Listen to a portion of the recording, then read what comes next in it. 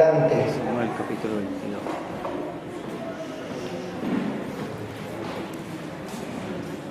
Primera de Samuel capítulo 22, verso 1 en adelante. ¿Cuántos están bendecidos en esta tarde?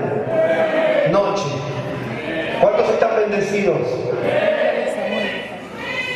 Dice la palabra de Dios de esta manera. Primera de Samuel 22, 1. Yéndose luego David de allí, huyó a la cueva de Adulam. Y cuando sus hermanos y toda la casa de su padre lo supieron, vinieron allí a él. Y se juntaron con él los afligidos, todo el que estaba endeudado y todos los que se hallaban en amargura de espíritu, y fue hecho jefe de ellos, y tuvo consigo 400 hombres. Se fue David de allí a Mizpa de Moab, y dijo al rey de Moab: te ruego que mi padre y mi madre estén con vosotros, hasta que yo sepa lo que Dios hará de mí. Los trajo pues a la presencia del rey de Moab, y habitaron con él todo el tiempo en que David estuvo en el lugar fuerte. Pero el profeta Gad dijo a David: no estés en este lugar fuerte, anda y vete a tierra de Judá. Y David se fue y vino al bosque de Ared. Den un fuerte aplauso a esta palabra. Aleluya.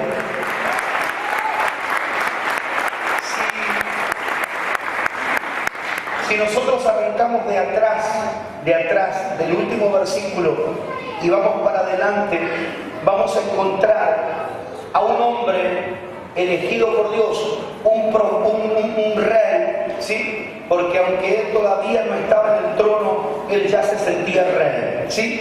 Hay gente que no tiene que tener dinero en el bolsillo para sentirse prosperado.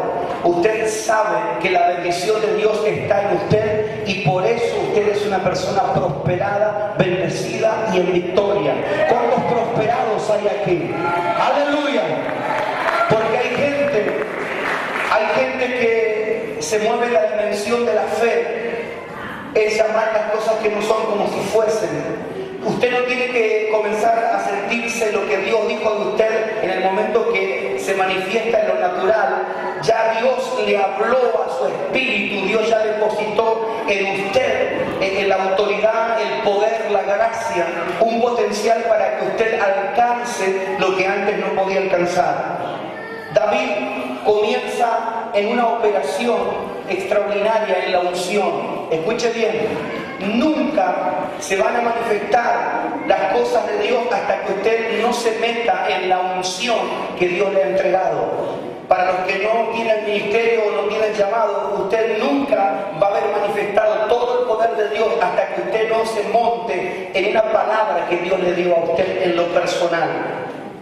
La Biblia dice que Dios le habló a David cuando él estaba con sus hermanos. Usted conoce la historia, pero a partir de ese momento, aunque él quedó en el mismo lugar, él sentía una diferencia, y a partir de ese momento comenzó una unción a fluir en su vida. Y él, en este último pasaje que leímos, él dice que fue a dejar a su papá y a su mamá delante de unas personas porque él no sabía qué hacer. Dios le había hablado de un rey, de un trono. Dios le había hablado de un lugar específico que Dios lo iba a entregar para que él gobierne, pero él no sabía cómo Dios lo iba a hacer, porque en ese momento él estaba perseguido.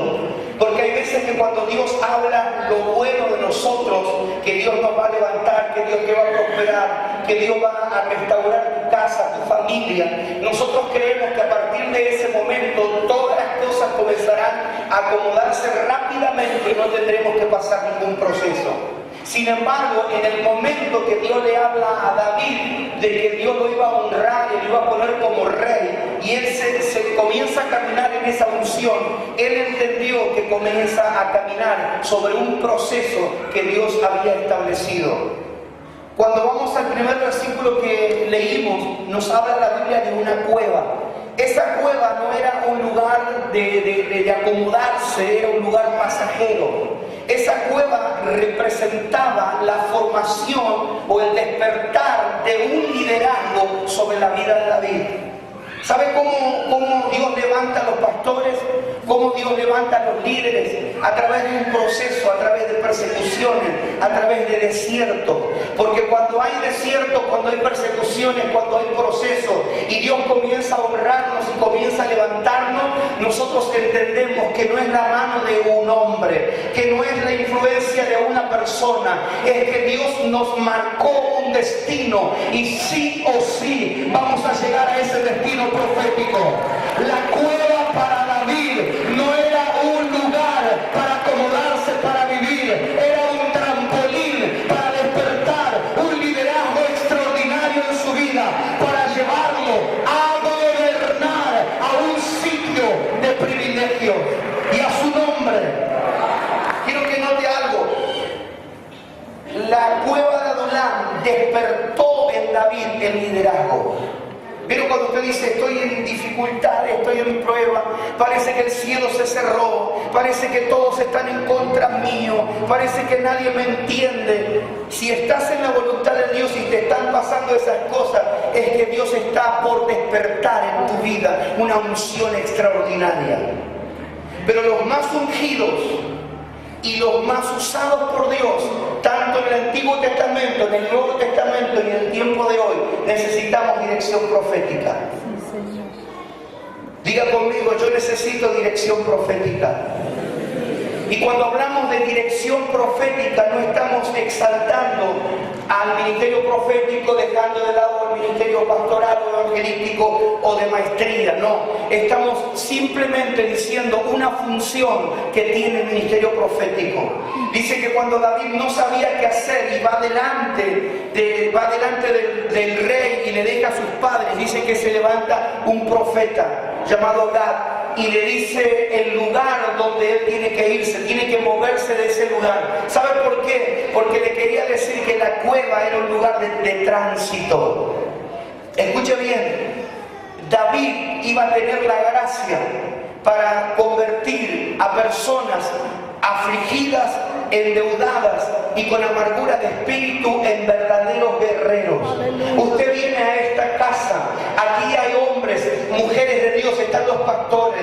Usted quizás viene afligido, viene con deudas, viene con amargura de espíritu, pero la idea de Dios es que usted no se quede en esa condición, sino que pase de ser refugiado a ser un guerrero y una guerrera de Dios para levantarse y levantar oposición contra la fuerza del diablo y mostrarle al diablo que usted no es una persona que se va a acomodar a la situación. Usted es un guerrero, va a pelear por la bendición que el Padre le ha prometido. ¡Aleluya! Qué lindo es cuando venimos a la casa de Dios, nos cambian la mente. Algunos dicen nos lavan la mente. ¿Sí?